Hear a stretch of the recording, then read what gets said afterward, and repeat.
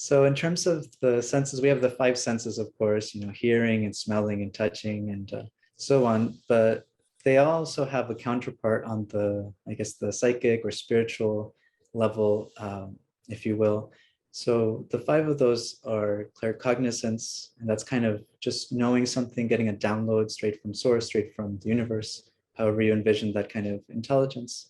You have clairsentience, which is when your body can feel as like an antenna what other people are feeling, or simply your body with its responses to having certain emotional responses, having that be the barometer for information.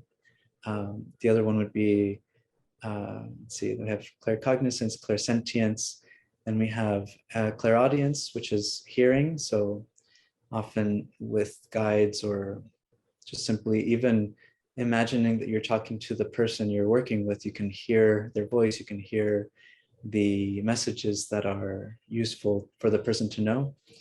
There is clairgustience, which is tasting. Some people, it's not as common, but it's basically some people might be working with someone and they might have a certain flavor, like, oh, I'm tasting pesto. Maybe like your grandma, and like, yeah, that's like a childhood thing. And then maybe there's some sort of information that can start to unravel from there. And clairolfactance is the other one, which is the equivalent for the nose, smelling things. Sometimes people will be in readings and they're like, oh yeah, I'm smelling like pine trees or cedar trees. Like maybe going out in the woods would be really healing, maybe connecting with trees, doing qigong with trees, that sort of thing. So those are the five senses. You have the clairolfactance, the claircognizance, clairgustience, clairsentience, and claircognizance. And so what about clairvoyance? Oh, of course.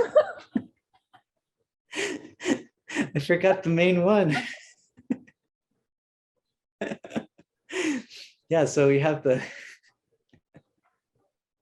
you have clairvoyance, of course, is basically receiving information through the spiritual seeing, so spiritual senses, including the eyes, the inner eye.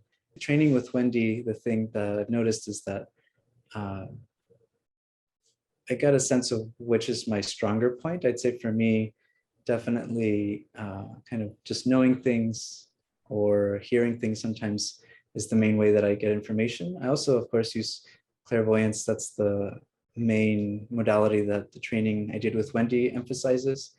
But really, it becomes kind of a synthesis of all the different senses, and reading becomes kind of this orchestra of like you hear this, or you're watching a movie and then you hear the soundtrack, and then you kind of get a sense of how the movie's going to play out. And so you can start to ask questions in those directions because you can sense all those things, versus maybe trying to intellectualize it and not being as accurate because of that.